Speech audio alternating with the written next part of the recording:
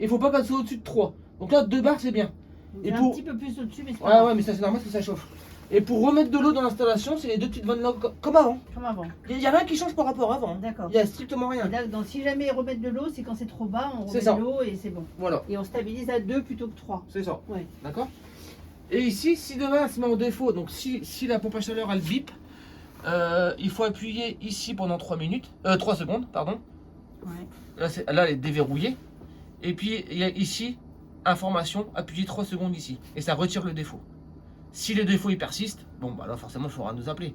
Mais là, depuis hier elle tourne, il n'y a aucun souci sur son fonctionnement. La température de l'eau chaude, je l'ai mis à 50 degrés. Et actuellement le ballon il est à 48. Donc là il y a de l'eau chaude, je viens de faire un puisage. Donc là il y a de l'eau chaude. Là elle clignote en chauffage parce qu'elle fait du chauffage, forcément, il y a 13 dans la maison, donc là il faut que ça chauffe dans la maison.